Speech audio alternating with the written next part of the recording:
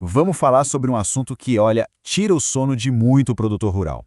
Como é que se protege a terra, que é o bem mais precioso, num cenário econômico que está cada vez mais complicado? E a pergunta que não quer calar é essa aí. Com as dívidas se acumulando, como garantir que a terra, fruto de tanto trabalho, não acabe indo a leilão? É exatamente essa questão que a gente vai desvendar hoje. Para a gente entender a urgência disso tudo, primeiro a gente precisa olhar para o que está acontecendo no campo. O agronegócio brasileiro é, sem dúvida, um gigante, um pilar da nossa economia. Mas ele está enfrentando desafios que, olha, são gigantes também. Primeiro, a instabilidade climática. O tempo ficou imprevisível, né? E isso afeta diretamente as safras, o planejamento e, claro, o bolso. É uma pressão financeira enorme. E junto com isso, vem a volatilidade dos preços. Os valores das commodities sobem e descem numa verdadeira montanha-russa. Fica quase impossível ter uma previsão segura da receita no final do ciclo. E para fechar essa conta, os custos de produção não param de subir. Insumos, máquinas, mão de obra, tá tudo mais caro. Isso espreme a margem de lucro de um jeito que leva muitos produtores a um endividamento que se torna crítico. Bom, é exatamente nesse cenário de aperto que surge uma ferramenta jurídica muito poderosa.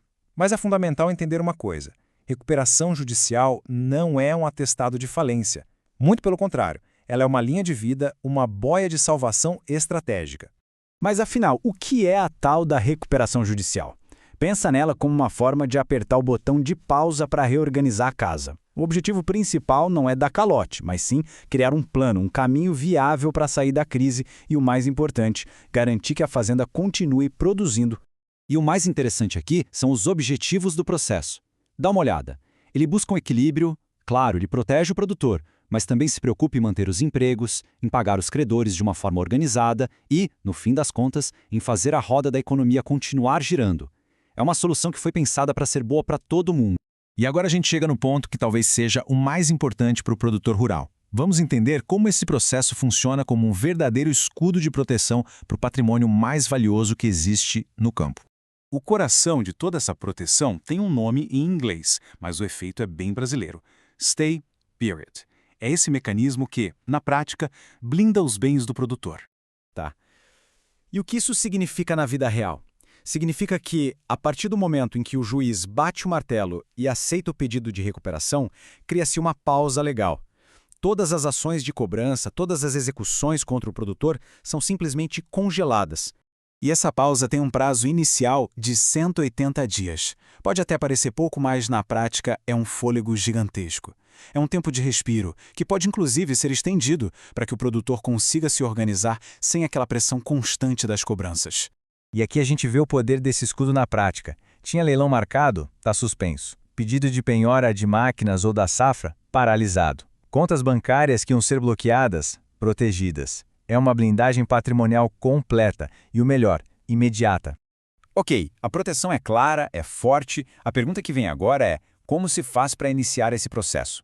Pois é, os passos são mais diretos do que muita gente imagina. Tudo começa com um passo mais importante: procurar um advogado que entenda do assunto, que seja especialista. Ele vai orientar na organização de todos os documentos que comprovam a situação. Com tudo certo, a petição vai para a justiça. Assim que ela é aceita, o Stay Period começa e o próximo grande passo é construir um plano de pagamento realista para negociar com os credores. Então, o ponto crucial que fica é este: a recuperação judicial não deve ser vista só como uma defesa desesperada, mas sim como uma decisão de negócio inteligente, uma estratégia de futuro. E essa citação aqui resume a ideia perfeitamente. É sobre usar a lei não só para proteger o que já foi construído, mas principalmente para criar as bases de um futuro mais sólido, mais sustentável para o negócio. E eu encerro com essa provocação. O endividamento é uma realidade, e é uma realidade dura, a gente sabe. Mas ele não precisa ser o ponto final. Quem sabe, com as ferramentas certas em mãos, ele não pode ser o ponto de partida para um negócio ainda mais forte.